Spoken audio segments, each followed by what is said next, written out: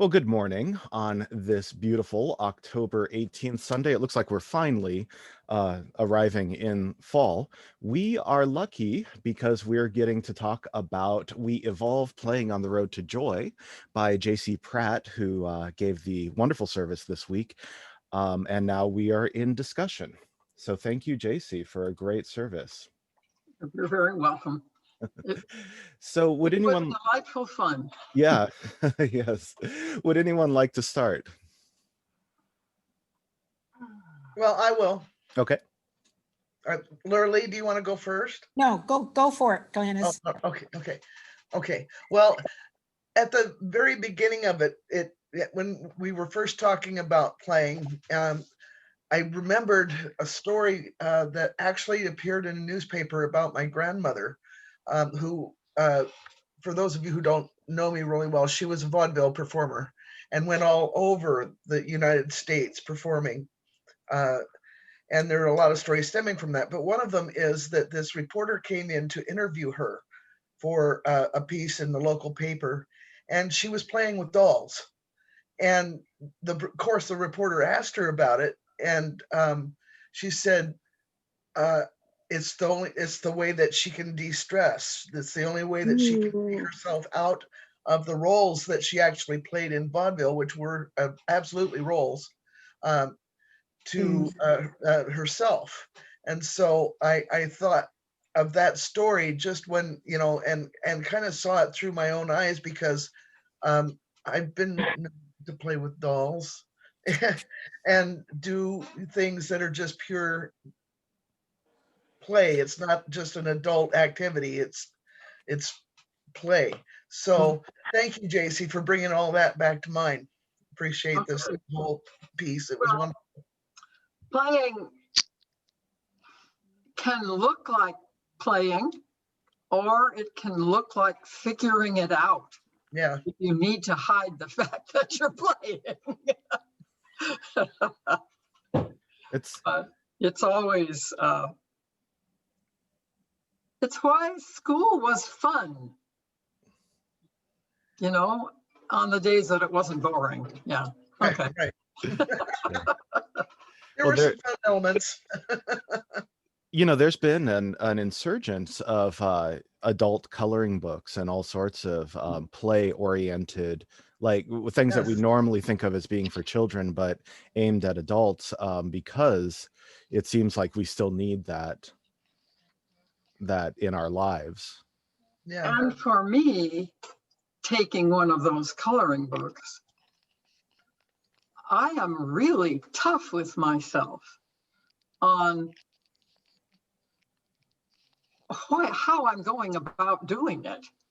And so I quit doing it because I was not having a good time. I was having a very bad time because I was questioning every color I picked up and whether I could actually do it so that it looked well, forget that. So coloring books were not my thing. Right, that's what they're about. JC, there's only one rule with regards to adult coloring books and frankly every art, craft, play, and that is that there are no rules. You can color outside the lines.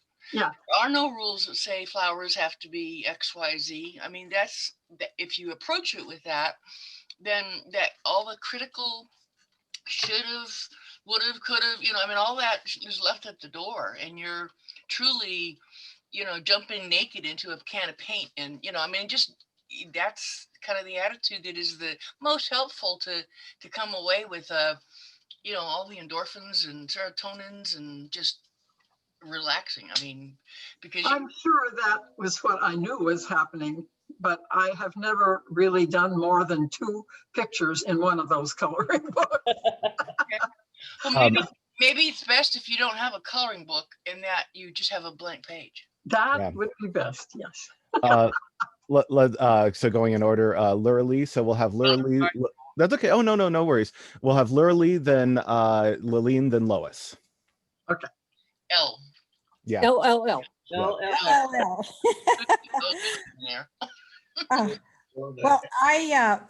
first of all, oh shoot. Well,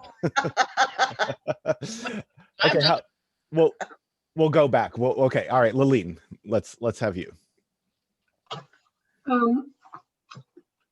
Apart from being kind of in awe of everything that came out of JC's mouth, I was taken back to something that I've done my whole life. And I realized that she had actually given words to it that were way beyond the words that I always tried to use. I used to tell people that I played in my head. And I've always done that, but I never really had, I guess, or thought through ways of talking about that a little more, other than I found myself responding to questions. Oh, you mean you're this, you're that. I think, no, I'm just fascinated, and I realized that so much time for me all of my life has been spent in lots of fantasies of what could be, how situations could be. I could be the hero, Shiro. I could be someone who came up with a really, exciting thing that, just challenged me and took me, wherever it took me. Or I could be snorkeling, just floating with a thought in my head in the Caribbean. Things that I've done that I always would go back to play, to relax, to take myself places, to maybe calm my ADHD. Or I would remember like things I had learned or heard, and then, play with the concept and take it to some other amazing place that maybe I could relate to a little better. And I never really, other than saying I play in my head, put any depth to what that meant to say, I play in my head. I am never bored. I love playing in my, I can sit and play mindless little games with my hands, but my head is going all kinds of different places. And for me, the beauty of that is that out of allowing myself to do that and not ever allowing a teacher to say, come back here, don't, fantasize out the window or whatever the things that they used to say. It's given me another whole dimension to my life that I never let the school system, take away. And that as I've grown into my elder years, it just, continues to keep me alive, new ideas, current. I don't know, I don't have more words for it, but I just wanted to share that because it's not a way that many of us think of as play. And it really is an incredible way to play in any second, any moment, of any day. So she sent you to the coat room where you can. Oh my God, I could do it forever. Being disciplined in the coat room, Wonderful. So thanks for, putting all that word. Hi, Dana and Gemma. Yeah. Wait. Yeah, it's a full room. Okay, so now if you JC, do you have anything to say to that, or? Oh, just I laughed because she kept getting sent to the cloakroom where she was free to play. Yeah. So now, barring any phone interruption, Literally, Yes, I thoroughly enjoyed. Well, I've had all sorts of phone interruptions this morning. My son Scott called in towards the end of your talk, Lily, and I'm sorry, JC. So I missed out on basically the end of it. But I really appreciated the analogy, and I really enjoyed fantasizing. 1,000 years ago, when my husband and I had the set of twins, we we would just sit and watch these babies, you know, and put them on the floor on a blanket, and they would face each other, and they would lift up, you know, and look at each other, and then they'd start laughing and giggling. And it was just so much fun watching these babies grow. And it just, it was play. It was pure enjoyment. And then Michael came into our world, and Cuckoos. the twins were named Andrew and Scott. And Andrew was a real tease and antagonist, and Scott always called him Henri. And so when Michael was born, Scott just latched onto him, and thank goodness I've got somebody I can relate to. It was just fun and play all the time, raising these three kids. And so, and that was what I was fantasizing about when you were talking about play. It just, it was the ultimate of meditation and the whole concept of energy. So thank you, JC, very much. I really appreciated it. And I'm sorry I missed out on the rest. I'll go back and Well, you're getting a copy. Mhm. yeah, I'll go So back. go ahead and read the last out loud to yourself. I will do that. Okay, thank you. Mhm. Okay, so Lois, I think, wanted to. I think Lucy was ahead of me. Maybe Oh, not. Oh, I already said my piece. oh, okay. Well, I would like to, and Oh, we lost your voice. oh, you did? Oh, Yep. okay. Now you're back. Yes, I'll be leaving you early because of the board meeting. But Right.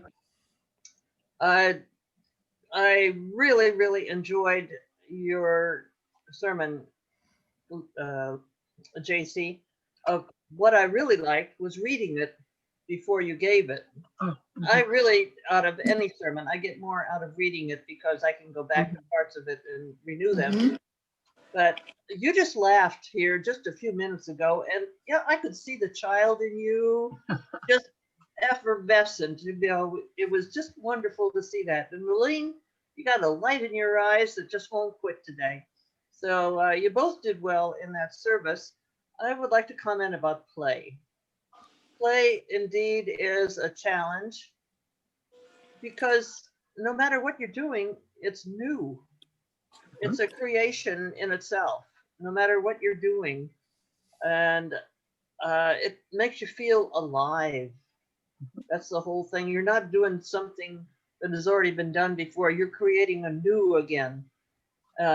When I've had periods in my life that's been stressful, I go to the piano. And not that I'm a concert pianist, and I'm not anywhere near I used to be.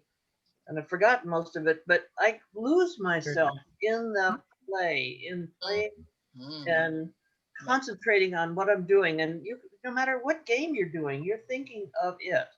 And all your actions are new. It's a newness. And I love to play. I'd like to play more. I tend to do solitary playing, but I love to play games. Anybody who wants to get together and play backgammon or cards or whatever, let me know because I love it. Play is wonderful. Thank you, JC. I enjoyed that so much. Yeah, real quick. I'm glad that it had meaning for you. And from what you're saying, I realize what I was feeling while you were talking is I didn't play as a child because I had to protect myself. Like I said, don't do anything to make them mad, be quiet. So that I can laugh now and enjoy the play, I consider a real growth into my childhood because I couldn't do that then. I was afraid to. And so anyway, that's what I was thinking of. Oh yeah, well, as a kid, I didn't have that. But now I can have a conversation with somebody who I think is doing something wrong and really solve it and not say a word or reality, just because I really learned not to let myself show as a child. I think I'm letting myself show more now. Yeah, you two playmates. Yeah. It's good. So Okay. yeah, so Paul had a hand up, Oh, good. a digital hand up. Yes. JC, wonderful talk today. I Good. really enjoyed it. But I wanted to go back a little bit on what Laleen was saying about playing in your head. Mhm. I spent many decades in the fast-paced hospitality industry, and usually there was not a lot of time for play. There was a little bit of goofing around, but when you're the boss, you have to kind of set the tone and pace, so you don't get a chance to play like your staff does. Mm. During the lockdown, I live alone, so I really only had myself to play with. So I spent a little bit of time like reacquainting myself to playing in my head and learning how to enjoy my own company rather than have these externals that present themselves through your day, you know. So it gave me a lot of time to reflect and learn to become my own best friend again. Things Wonderful. Wonderful. so Yeah. thank you. I sometimes I keep going back to my talk with Professor Surinder Singh, and he was kidnapped and brutalized in India and held for ransom, and he was the damage to his spine and to his head was so bad that he was in a coma or a light coma, for a long period of time. And he says that in that period he had to figure out a way to make best friends with his mind, right? So when he came out with his first album of kirtan of sacred music, he called it Merimon, which is my mind. Yeah. So but yeah, it's a very kind of universal thing of like you got to be at peace inside with yourself, and that's a lot harder than I think people realize. Yeah. Especially to accept the you that is developing here, not the you that I see reflected in everybody else. And because if I'm looking for smiles, there's kind of a lot of stuff I may not ever say. That's what I'm thinking. Yeah. So Lucy had an interesting point of clarification. Yes, back, Lois, you had mentioned how much you enjoy reading the sermons, and there are those that process information visually much better than auditory. So I wanted to kind of a compromise or a plus with my hearing and the way I do things. There is an option on all YouTube videos. The little CC at the bottom is closed caption. If you click on that, everything that's said will be typed out, so you can read it along with hearing it. So that's anybody that will help. That is so smart.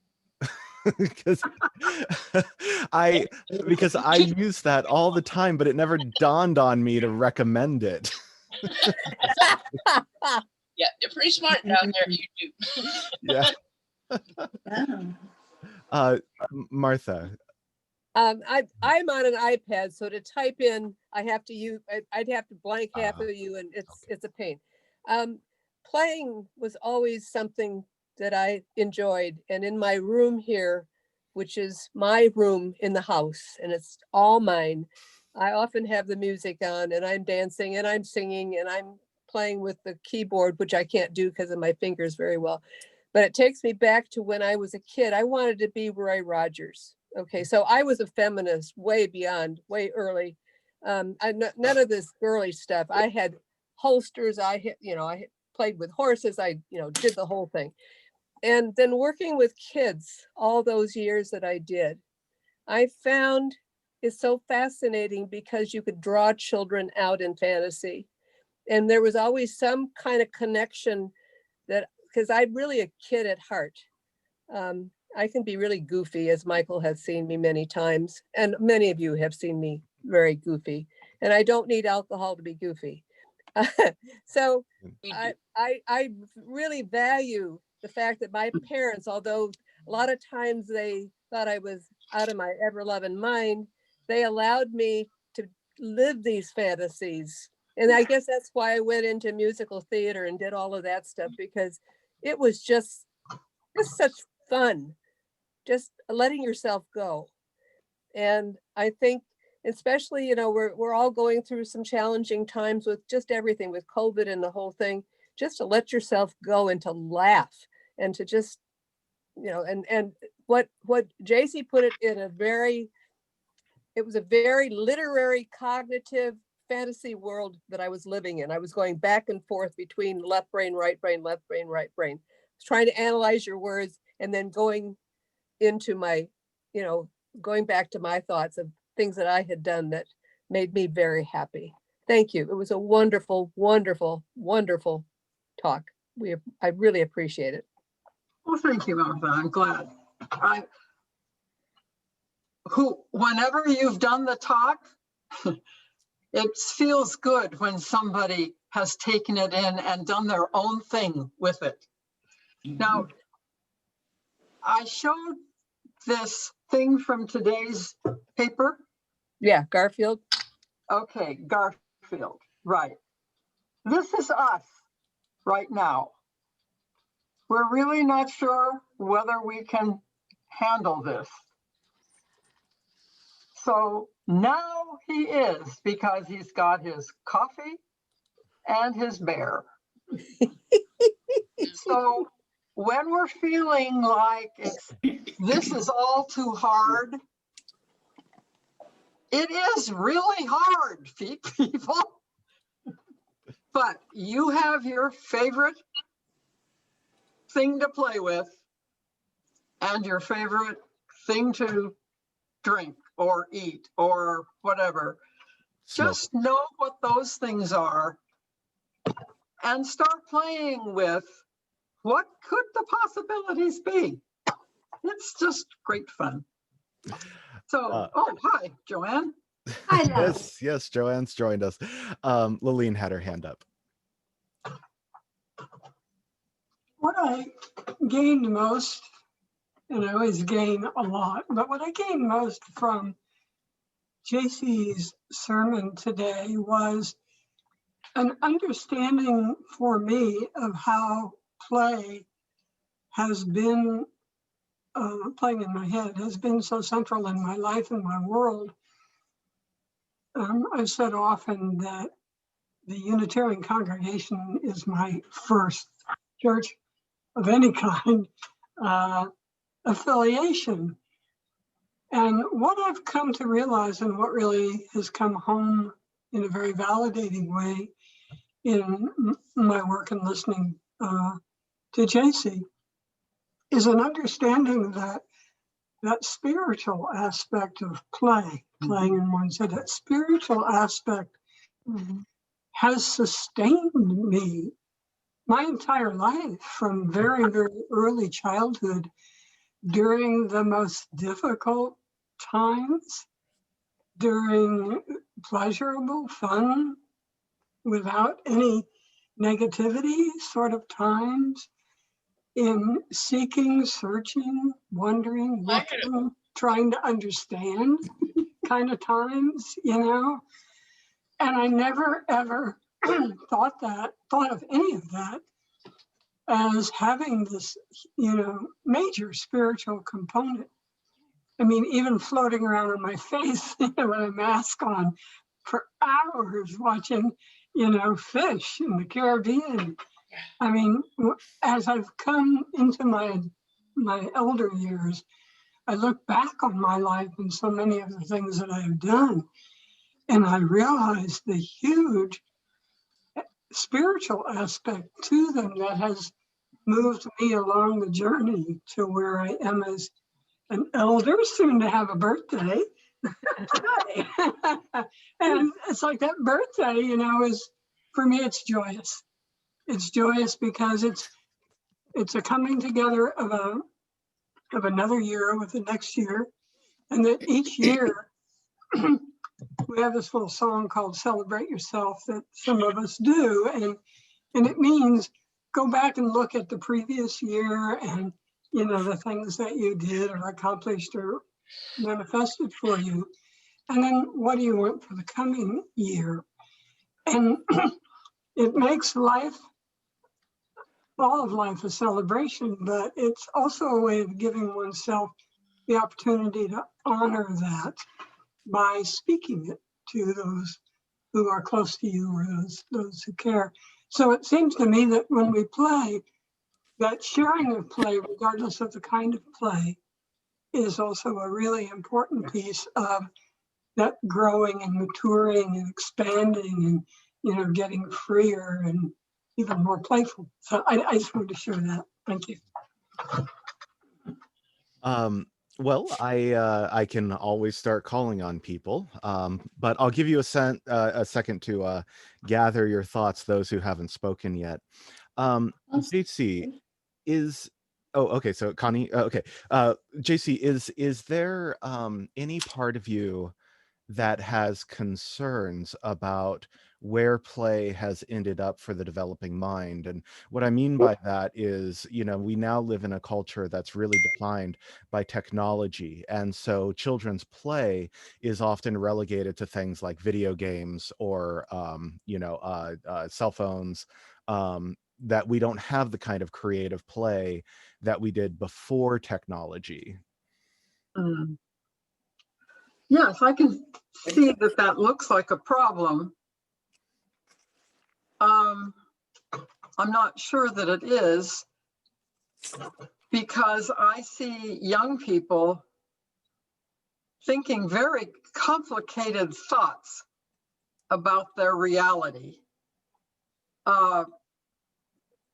That day when the young, that was Martin Luther King's granddaughter, she spoke to the world. And I thought, hey, you're only 14 or something, and you sound like wisdom already. So I don't know whether it's a problem or if it's just different.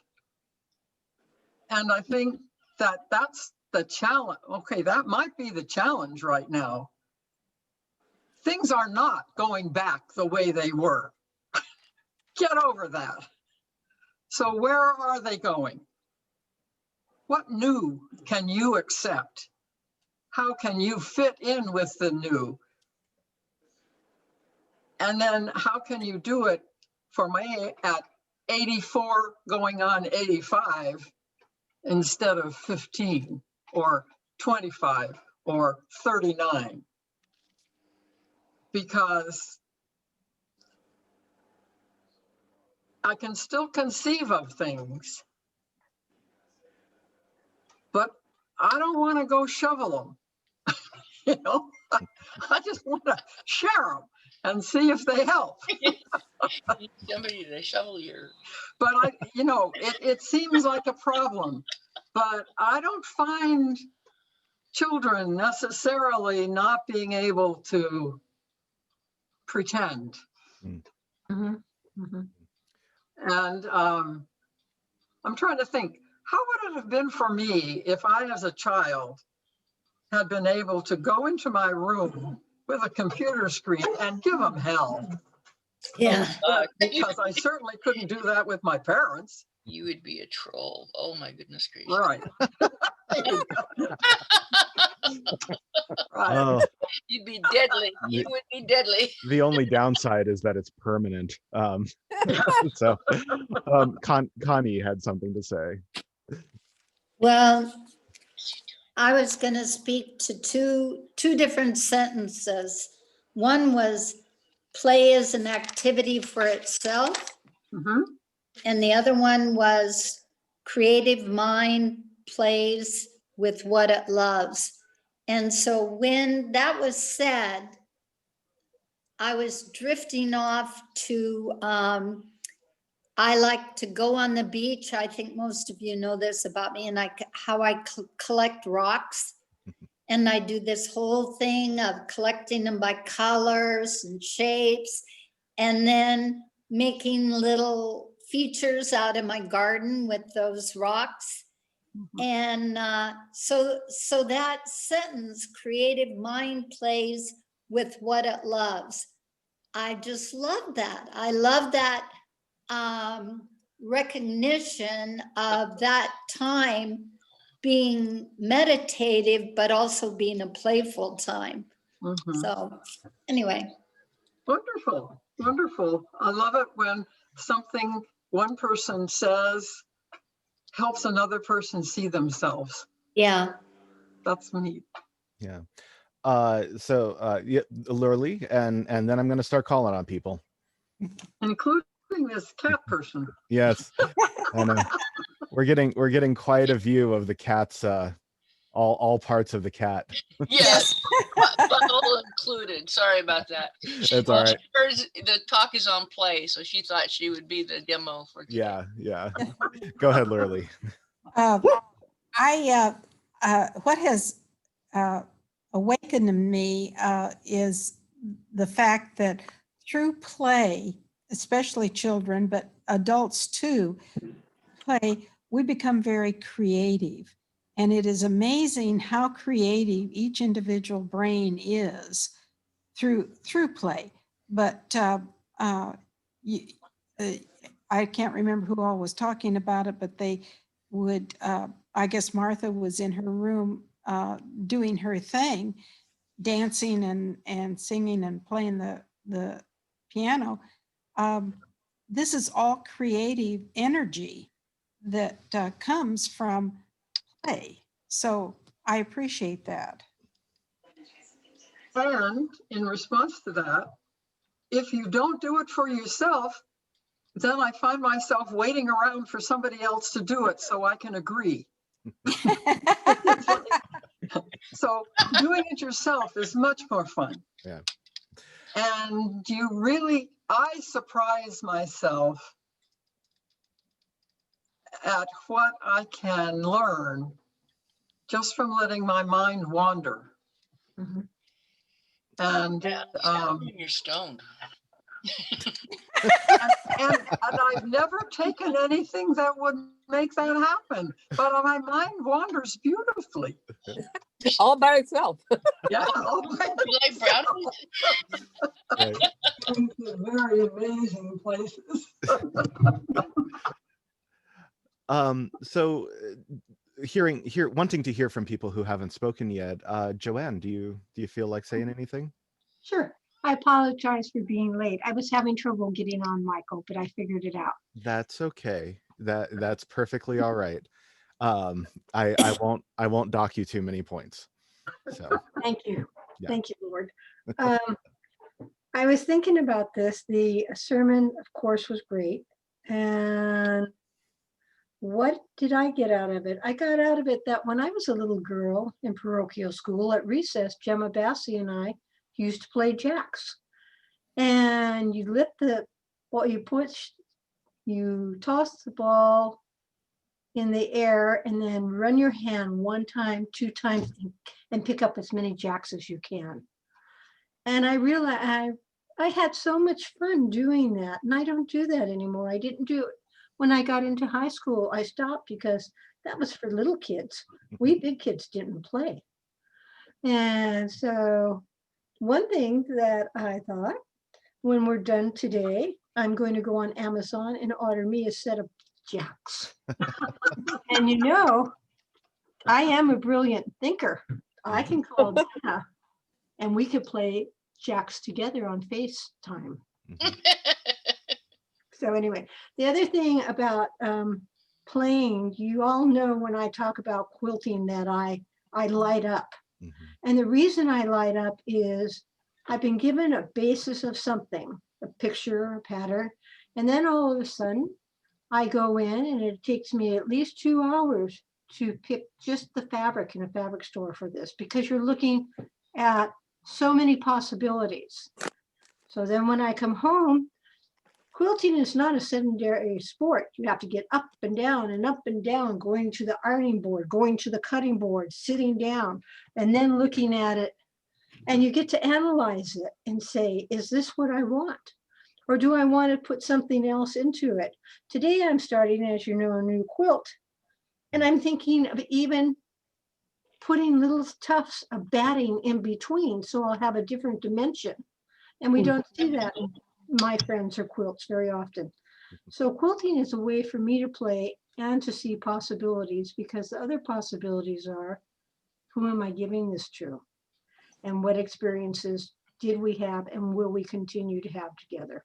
Yes, that's the best part. That's me. Things. Thanks, Joanne. Things away. The wonderful place you have taken me is just past and beyond that thing that looks at everything about, well, how will the others feel about this? And I am so glad that I am past that, because I can get away with that. At 84, nobody thinks I need to be thinking about how they're going to act. So that's fine. I get to be myself. But you see, oftentimes we don't let children do that. We act as if it isn't true, it's a lie. No, if it isn't true, it's a possibility. Yeah, a good way to think of it. Yeah, yesterday I was talking to my granddaughter on the phone, and she's 13, and we had a really nice conversation. It wasn't grandma telling her what would be expected. It was, what did she think about life on a number of items? And I said, and she likes to sew with me. She doesn't know how very well, but she got to use the sewing machine and make a pillowcase for herself when she was here last time. And the day after she made the pillowcase, she said to me, can we make another? And so now it's time for Serenity and I to start making a quilt. But yes, I look forward to the fact of giving her pleasure, but I want to tell you, whenever I make a quilt, I'm the person who gives myself so much pleasure, you cannot believe it. Well, that's the only reason it's worth it. Thank you. You're probably quilt making. Well, it's interesting, you know, how much we come back to creative endeavors, you know, the arts, for instance. So if you think of, like, when you go to see live theater, you go to see a play. When you are practicing music, you are playing music, you know, that the creative instinct in humanity seems to be something that is necessary to our existence. So yeah, well, let's Dana or Gemma, do you feel like chiming in?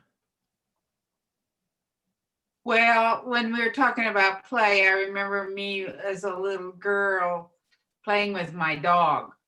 And I've always loved to play with animals. Even yesterday when we went on that walk, I was into throwing the ball to this dog that was with us. And that's one of my favorite things to do. And playing, I go into my studio and I play. That's a good thing to do. I really enjoy that, and time just flies by. So, are you saying, Gemma, that you in your studio you play with your art? Yes. Right. That's what makes it. Yeah. It's all exciting. It's really spontaneous, and then things come up, and then you go to another place and say, "Oh, I should do this, or I can do this," and it just carries on.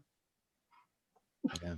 I'm laughing because I'm thinking of my previous remarks about not being able to do the color book. Yeah. Well, it's because after I've done that little segment of it, I want to do something else different with the rest of it. And I never let myself have that permission. No, there you go. Kim, I think you had your hand up. In my line of work, I do a lot of play. Mhm. Oh, good. Girls, and I'm playing with them all the time. But back in Kansas, I've been teaching for a long time. And back in Kansas, I had to teach with little babies. And up until that point, I just thought a baby was a baby. I didn't really teach them very much.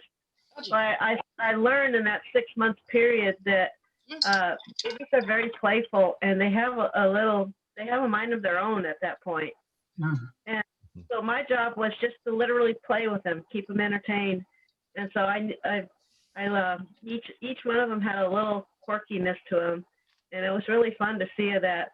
And they would try to say moo when I had the cow up, and I had this one little boy who could only crawl backwards. So he in the corner, and he'd go, "Ooh!" I was like, "Come on, try to get out." And so I got him out, and he would be the happiest little guy because I got him out of the corner. Roomba. It's wonderful, Kim, that you have the experience of having known a child who could only crawl backwards, and that became okay. Because probably that is just like my little boats of the twigs floating down the river. You probably, that's been a valuable piece of information for you. That even though we could only crawl backwards, it was a way of crawling, and it got him somewhere.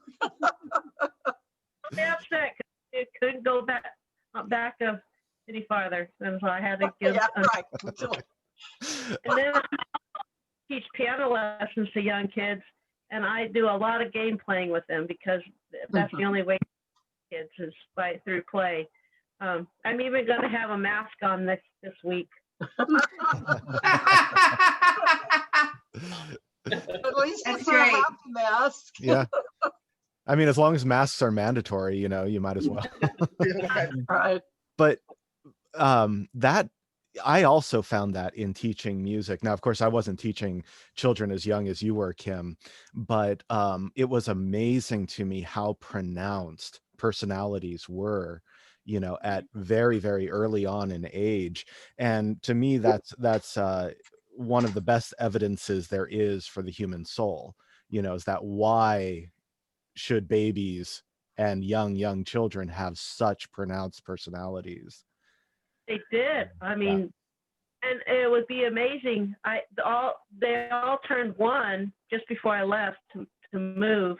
They all turned one, and I walked in that room, and the whole lot of them just running up to me, all giggling, and "Oh, Miss Kim, it's Miss Kim, the one that played with them." All, they knew me. It was amazing how. And when I had to leave the class because I wasn't in there very long, all the crying afterwards. Oh, I left. great. That's rough. Yeah. But I'm dancing with the kids. I'm talking in weird voices, and all their kids, "Miss Kim, you're funny." And I'm like,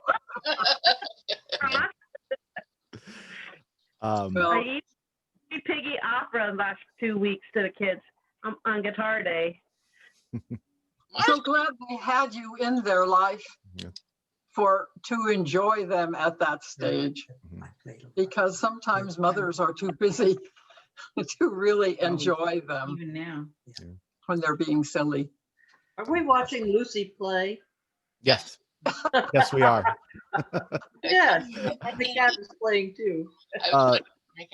Glennis, did I? Oh, I'm sorry. Glennis, did I see your hand up, or were you? Yes and no. Oh, okay. I just wanted to speak to a couple of things, and one of them was that as children, I'm backing up just a little bit. I really actually used to think that kids are not being as creative as they could be, considering that we would spend hours in a couple of appliance boxes making a house, exploring the. We put on a play in the neighborhood. We had rafts that we put in the creek, which probably was to our peril. But it was just all of that. And then I thought, well, these poor kids, they just don't do that anymore.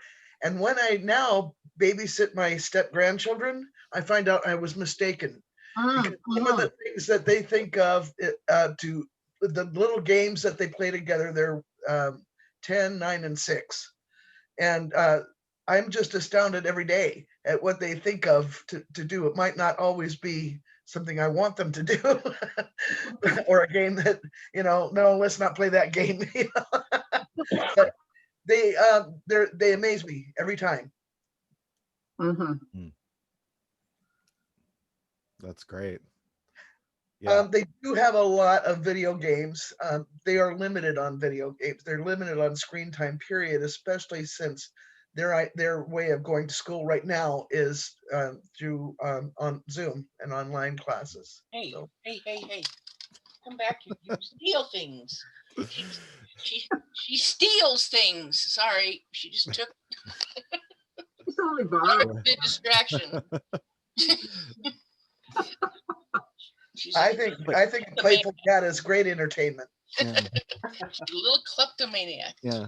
But what Gladys was saying, I think is valuable, that we don't have to be so concerned maybe about as concerned as we've been about the next generation. Is that an okay summary? Yeah, that's pretty good. I think though that part of the key to that is that they are limited on screen time, so they don't get to constantly be looking into the screen. They have to go out and play. So the last warm day that I was there, now I've run through Sprinkler as a kid, loved it, because you don't always have access to a pool or a body of water. Yeah. So that was great. They came up with turning the sprinkler on under the trampoline and jumping up and down the trampoline. Makes and sense. I was having a great time just watching that. Oh, yeah. That's beautiful. Oh, wow. That was like I wouldn't have thought of that. I didn't. Let's see. fun. Has everybody spoken? I think Dana, I don't think we've heard from you yet. Paul, I don't think we've heard from Paul, have we? We've heard from Paul, but we could hear from Paul again. I'm sorry. I No, that's okay. missed you, Paul. I must have been playing. Yes. Sorry. Yeah, I could speak. Paul, are you going to speak? No. No, go ahead. I actually did speak, but Okay. Well, I really resonated with the playing I did as a child was very tomboy play, sports, all of that kind of stuff. I did have friends that had animal dollhouses that I remember, but I didn't play much with them, but I was always very intrigued by that. And the thing that I resonate with Kim is that children, I just love energy with children. I've taught to preschool into elementary schools, and the energy and the beauty of them and how they play and love and are just so present always is a joy for me to be able to interact and make eye contact in restaurants or out in the world, and they seem to just love it, and then I wave at them again, and it's that whole, so that kind of playfulness has been really wonderful for me. I wish I maybe had other kinds of playfulness or playing kinds of activities when I was younger, but I try to get real involved in playing games now, and sometimes I do really good at it. It's when I lose really badly that I don't like to play. I don't mind losing, but it's the losing really badly that makes it kind of hard to go back and play. Especially the one game is with the Wizard. Yeah, Wizard. It just seems like that one gets me for some reason. But anyway, so that's and I used to make believe I would make a violin when I was a kid. There was something about pretending to make an instrument that really intrigued me. And I did play guitar, but just a small amount. But there was something about that I really enjoyed as a younger, probably 9 or 10-year-old or something to that effect. Same here. Thanks for asking me. Yeah. Well, I'm thinking of the end of my presentation, where I talked about the things that matter. Yeah. And that's playing within myself based on the rules that I give myself for how I want to be in the world. Mm. And other times on this chat,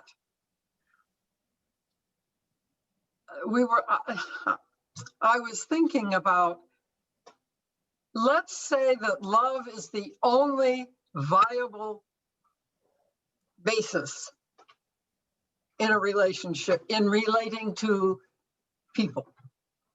And animals. Yeah. Then how does love figure when I'm angry, when I see something that needs to change in my own estimation? In other words, the deep play really gets you into knowing yourself in a way that can be really hard to take. And then you come to realize how important it is that somebody come into my life and say, wow, that's really interesting. Not good, bad, whatever, but that is interesting. Yes. How do you stand in love with someone who is damaging life around you? How we have learned that the people who are living in households where one of the people is hurting the other, here, apart and separate, that's a big one. Hey, how do you come from that in love? We have that song in our songbook. Da da da da da da da. Let us begin again in love. That is a lesson. How do you come to something that has always been done and accepted and come to it in love instead of trying to kill it? You know what I mean? You know, okay, fine. So I came up, I don't know, 2 weeks ago, last week, with the idea that fear, define that with love. Fear is an absence of love. Fear is risking pain. How do you come to that from love? And all those things that we have reasons to be negative in the world, what if they're just the absence of love? And you can't get them to change any way but figure out how they are somehow attached to love. I don't know. So there's, after you get so that it's okay with you if you see children playing and understand that, or that you see yourself playing with crossword puzzles or something like that, that's fine. But in this time in life, the doors of opportunity are open everywhere. Which ones will I go through? Which ones will I not find interesting or know I have to avoid them because they will make me silent? They will turn me back into the child who couldn't say, this doesn't feel like love. Why am I hurting? So I guess you were going to ask me, Michael, to say a parting thing. Yeah. I think I just said it. I think you did. I want to show I've been doing things to say hi to you guys. Whoop, where'd it go? Project. Whoop, whoop, whoop, whoop. Are you talking to I'm us? trying to show you my results of my On your arm. Yeah. It's just hard. Yeah, it says hi, and then there's a owl and a ghost. A ghost. It's my Halloween greeting to you guys. Oh, Thank you.